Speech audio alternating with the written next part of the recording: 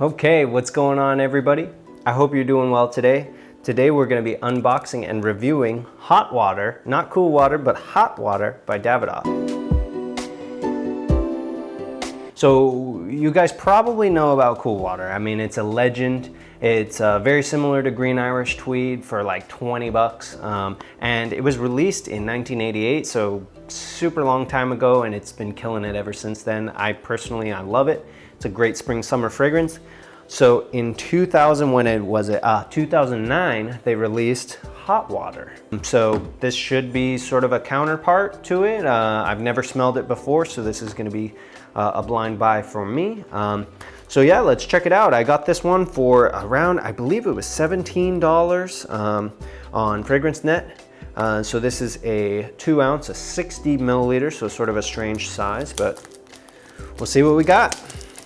So on Fragrantica, this one doesn't actually score that well. It scores about a 3.75 out of 5. And you guys know my usual blind buys are 4.0 or higher. So the notes of this fragrance are top notes of wormwood and basil, middle notes of paprika and patchouli, okay, so earthy, spicy, and then base notes of benzoin and styrax, which are both resinoids, so kind of a sweeter, vanillic, resiny sort of base.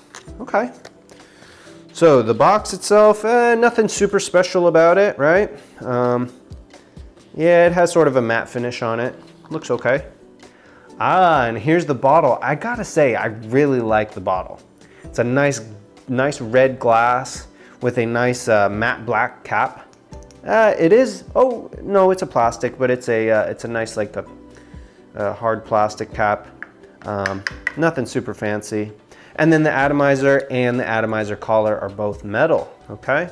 So honestly, good presentation. I really like that. And I really like that it has sort of this beveled edges around here, or I guess in the middle, not even the edges. That looks really nice. So yeah, really like the presentation. Probably give it a 7.5 or an 8 out of 10. I actually really enjoy that.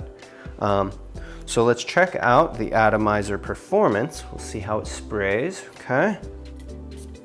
Okay. Solid atomizer. I think it sprays nicely. I think it spreads well. I really like that. Okay, so right off of the bat, I'm getting a very ambery, very vanillic. I'm getting a lot of that benzoin and styrax. I'm getting some vanillin, maybe some ethyl vanillin in there.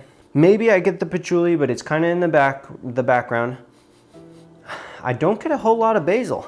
So it makes sense that they would use basil. They need something to freshen it up and keep it from just going into a syrupy mess, but I don't really smell it.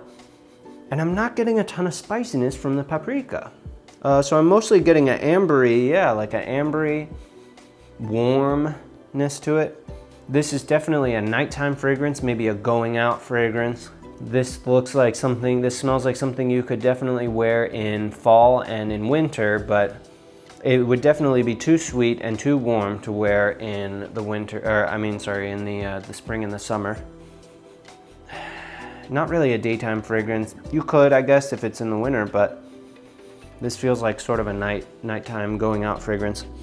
Let's see what people are saying for performance. I think it has moderate projection, and then we'll see what they say about longevity. Yeah, so they're saying moderate to intimate projection, and then people are saying moderate to long lasting. So that makes sense. There's sort of always a balance, right?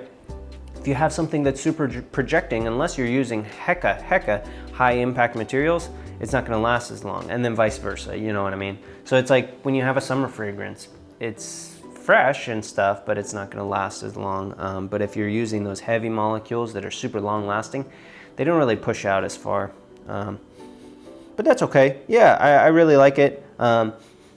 It doesn't really remind me specifically of any other fragrances. Maybe just the amberiness of it gives me just sort of blue vibes, you know, even though it is in a red container.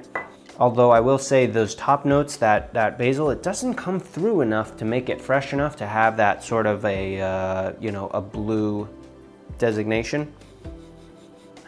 Yeah, overall I would say the smell is maybe 7.5 out of 10. Kind of run of the mill. I don't think it's really anything special that adds to my collection, but it was pretty cheap, and I always wanted to know what it smelled like, and I love the presentation, so I'm okay with it. So yeah, so I would say probably get your nose on it first and see if you really like it, because to me it didn't really add anything to my collection. I know a lot of you guys are collectors. So yeah, I would say smell it first before you buy, because it's not gonna be anything that really fits into a specific spot. It's just sort of like, okay, yeah, it's pretty good amber fragrance, nothing special. Nothing special with performance, but that's okay. Yeah, so let me know what you guys think about it in the comments. If you like this content and you want to see more, make sure to subscribe, and I'll see you guys in the next one. Thanks for watching.